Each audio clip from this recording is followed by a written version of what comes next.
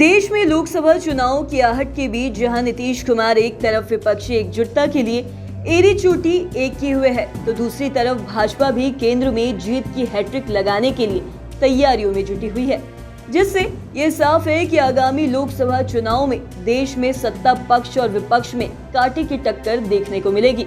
इन सब के बीच नीतीश कुमार की रणनीति देखकर विरोधियों की नींद हराम हो चुकी है। दरअसल विपक्षी दलों को साधने में नीतीश कुमार को अप्रत्याशित सफलता मिली है। जो काम कांग्रेस से संभव नहीं हो पा रहा था, उस काम को नीतीश कुमार ने काफी आसानी से कर दिया। हालांकि इस दौरान कुछ लोगों को ऐसा महसूस हो रहा है कि नीतीश कुमार खुद को प्रधानमंत्री बनाने के लिए मेहनत कर रहे हैं, तो वहीं नीतीश कुमार बार बार यही कह रहे हैं कि वो प्रधानमंत्री उम्मीदवार नहीं हैं। उन्होंने साफ साफ कहा है कि उनका मिशन भाजपा को सत्ता में आने से रोकना है, लेकिन वह प्रधानमंत्री की रेस में शामिल नहीं है, जिसकी वजह से लोग इनके मिशन की तुलना लोकनायक जयप्रकाश नारायण और विश्वनाथ प्रताप सिंह दोनों की राजनीति से कर रहे हैं। दरअसल लोकनायक जयप्रकाश नारायण ने बिहार से हुंकार भरी थी, तो दिल्ली की सत्ता बदल गई। यह क्रांति उन्होंने बिहार और साथ ही साथ भारत में फैले भ्रष्टाचार की वजह से शुरू की थी, लेकिन बिहार में लगी चिंगारी कब पूरे भारत में फैल गई पता ही नहीं चला। और स्थिति ये थी कि बिहार से उठी संपूर्ण क्रांति की चिंगारी देश के कोने कोने में आग बनकर भड़क उठी। तो वहीं उस समय इंदिरा गांधी देश की प्रधानमंत्री थी और जयप्रकाश जी की नजर में प्रधानमंत्री इंदिरा गांधी की सरकार भ्रष्ट व साथ ही साथ अलोकतांत्रिक होती जा रही थी। वहीं 1975 में निचली अदालत में इंदिरा गांधी पर चुनाव में भ्रष्टाचार का आरोप साबित हो गया और जयप्रकाश ने उनके इस्तीफे की मांग कर दी और उनका साफ कहना था कि इंदिरा सरकार को गिरना ही होगा।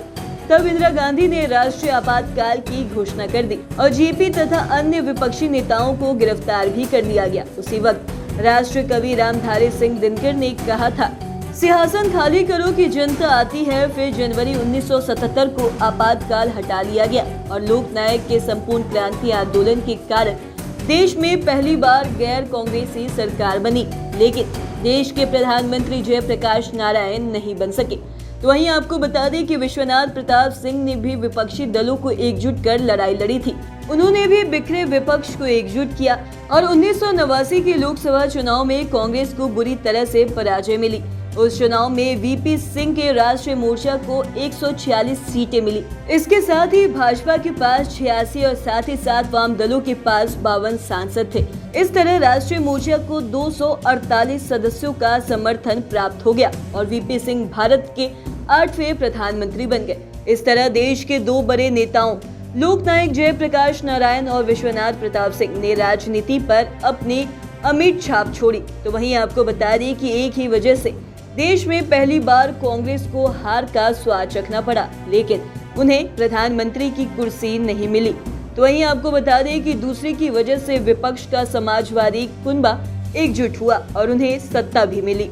देखिए तो वर्तमान समय में नीतीश कुमार की राजनीति इन दोनों से मिलती हुई नजर आ रही है। इस वक्त नीतीश कुमार एक तरफ जहां विश्वनाथ प्रताप सिंह की तरफ भाजपा के खिलाफ विरोधी दलों को एकजुट करने में लगे हुए हैं, तो वहीं दूसरी तरफ लोकनायक जयप्रकाश नारायण की तरफ देश में भाजपा के खिलाफ मोर्चा खोल चुके हैं और जनता को भी भाजपा से सचेत करने का काम कर रहे हैं। अब इसका परिणाम क्या आएगा ये तो वक्त बताएगा, लेकिन यह देखना सबसे ज्यादा दिलचस्प होगा कि नीतीश कुमार केंद्र की सत्ता का किंग बनते हैं या फिर किंग मेकर।